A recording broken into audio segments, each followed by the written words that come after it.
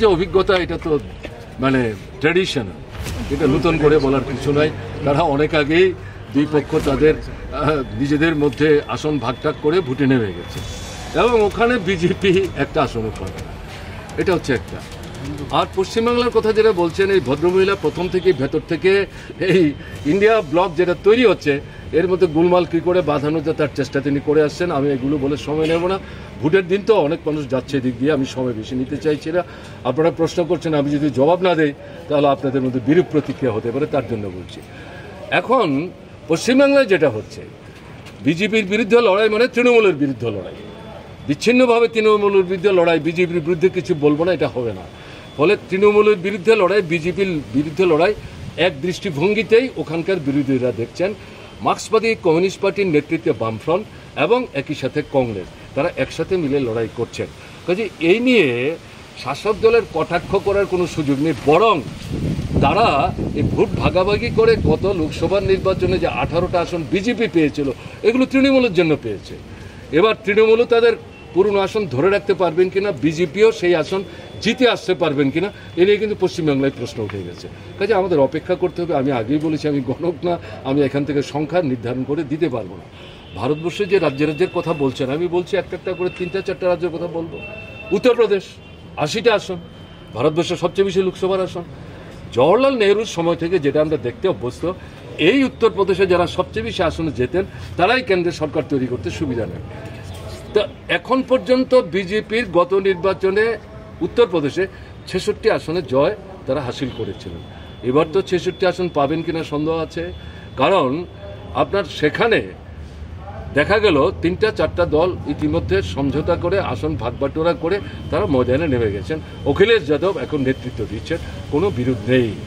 ফলে সেই জায়গাটাতে ফলটা কি হবে, এটা বিজেপি সবচেয়ে বেশি উদ্বিগ্ন। আমি কেরালার কথা আপনারা বললেন বলে আমি বললাম, বিজেপির ওখানে কোনো সম্ভাবনা নেই, শূন্য হবে। তামিলনাড়ু 39 আর 41, আজকে সেখানে ভোট হচ্ছে, একটি আসনে বিজেপি সেখানে পাবে না। আপনার এদিক থেকে আমি যেটা বলবো, বিহার 40টা আসন ভাগ করে নিয়েছে।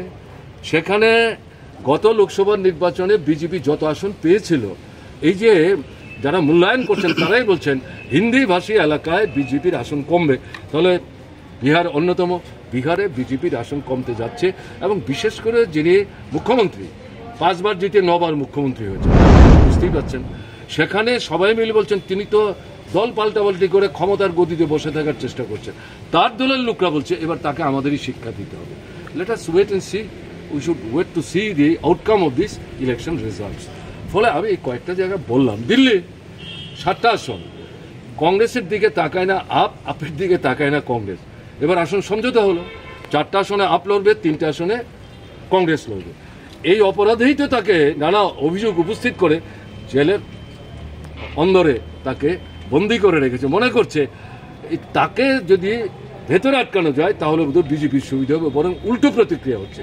এই প্রতিক্রিয়া শুধু দিল্লির মধ্যে সীমাবদ্ধ থাকছে না, সারা ভারতবর্ষে এই প্রতিক্রিয়া ছড়িয়ে পড়ছে। এটা কি হচ্ছে? ভোটের বুকে একটা রাজ্যের নির্বাচিত মুখ্যমন্ত্রীকে জেলখানায় আবদ্ধ করে রাখছে, সুনির্দিষ্ট কোনো মানে প্রমাণ করার মতো তথ্য উপস্থিত করতে পারছে না, এটা নিজেদের মন গড়া অভিযোগ উপস্থিত করে। ফলে আমি ওখানকার কথা বললাম। হরিয়ানা 10টা আসন আছে, ইতিমধ্যে আসন সমঝোতা হয়েছে। পাঞ্জাব প্রায় আসন সমঝোতা করে অগ্রসর হওয়ার চেষ্টা করছে। তাহলে এই যে আমি একটার পর একটা বলছি, গুজরাট, এই যাদের মূল্যায়ন যারা করছিলেন তারা বলছিলেন গুজরাটে যে 26টা আসন আছে বিজেপি বারবার সবগুলো আসনে জিতছে। এবার এই মূল্যায়ন যারা করছেন তারা বলছেন গুজরাটে বিজেপি আসন হারাতে চলেছে, বিজেপি সব আসন পাবে না। বলে আমি এই কথাগুলো বলছি, এগুলো তো আমার কথা না, আপনারা এগুলো দেখছেন, আমিও আপনাদের মতো দেখছি, তার থেকে এবং পত্রপত্রিকা পড়ছি, এগুলো থেকে মনে হচ্ছে পরিস্থিতিটা একটা অন্য মন নিচ্ছে, অন্য হাওয়া উঠছে।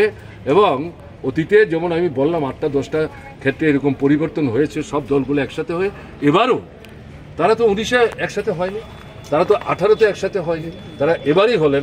ফলে তার রেজাল্ট আমার তো মনে হয় এটা পজিটিভ দিকে যাচ্ছে। আমাদের একটু অপেক্ষা করতে হবে, দেখতে হবে।